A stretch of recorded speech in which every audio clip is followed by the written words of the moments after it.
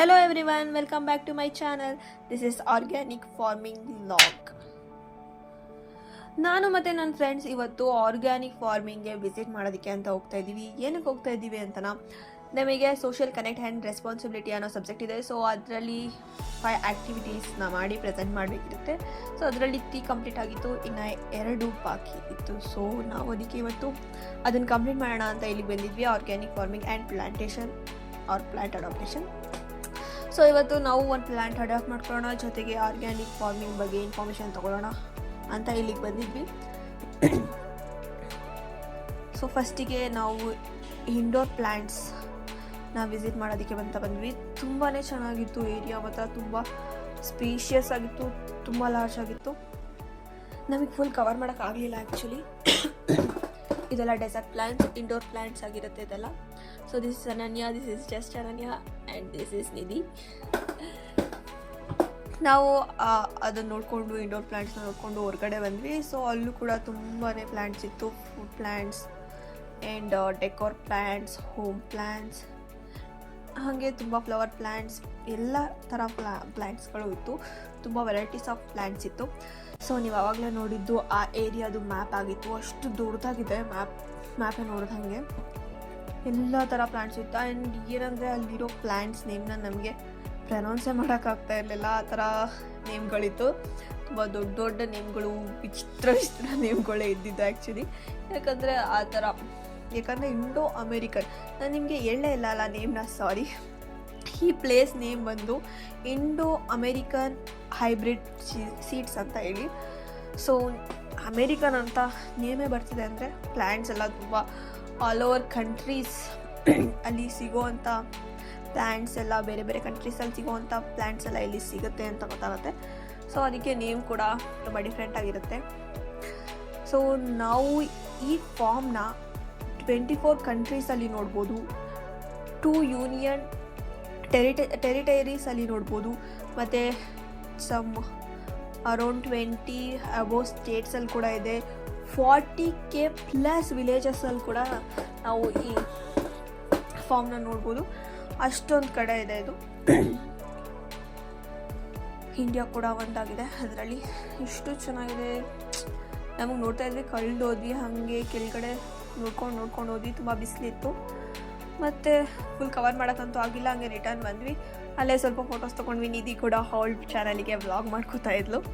ಹಾಗೆ ನಮಗೆ ರಿಪೋರ್ಟಿಗೆ ಬೇಕಾಗಿರೋ ಮತ್ತು ಪ್ರೆಸೆಂಟೇಷನ್ಗೆ ಬೇಕಾಗಿರೋ ವೀಡಿಯೋಸ್, ಫೋಟೋಸ್ ಎಲ್ಲ ತೊಗೊಂಡ್ವಿ.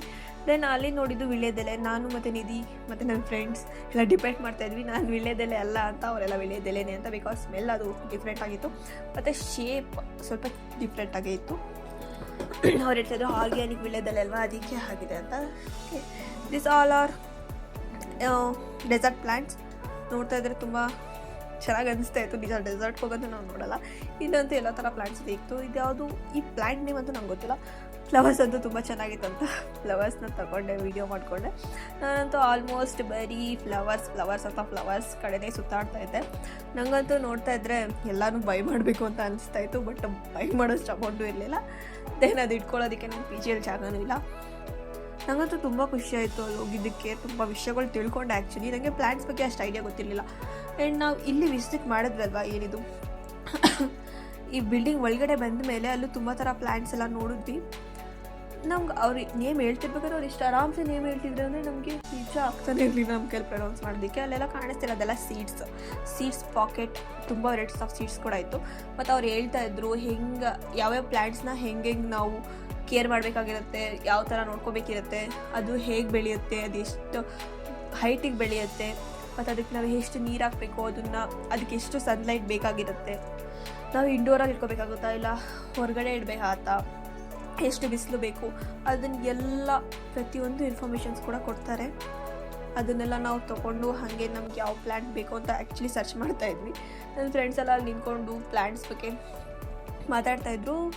ನಾನು ಹಾಗೆ ಇಲ್ಲೆಲ್ಲ ಫುಲ್ ವೀಡಿಯೋ ಮಾಡೋಣ ಅಂತ ಬಂದಿದ್ದೆ. ಅಲ್ಲೊಂದು ಪ್ಲೇಸ್ ಇದೆ ನೋಡಿ, ಅದು ತುಂಬ ಅಲ್ಲಿ ಕೂತ್ಕೊಂಡು ಡಿಸ್ಕಷನ್ ಮಾಡೋದಕ್ಕೆ ಪ್ಲ್ಯಾಂಟ್ಸ್ ಬಗ್ಗೆ ಇಟ್ಟಿರೋ ಥರ ಕಾಣಿಸ್ತಾ ಇತ್ತು, ಬಟ್ ತುಂಬ ಚೆನ್ನಾಗಿತ್ತು.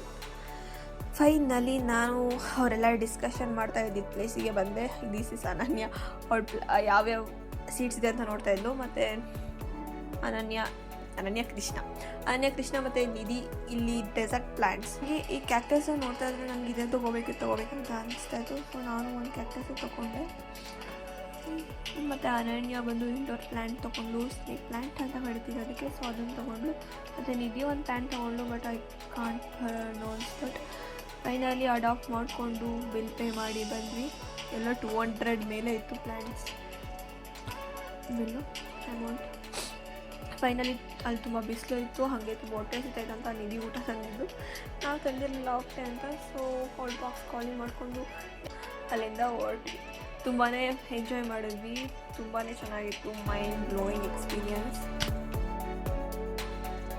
ಹಾಗೆ ಸ್ವಲ್ಪ ಫನಿ ಫೋಟೋಸ್ ತೊಗೊಂಡು ಅಲ್ಲಿಂದ ಹೊರಟ್ವಿ.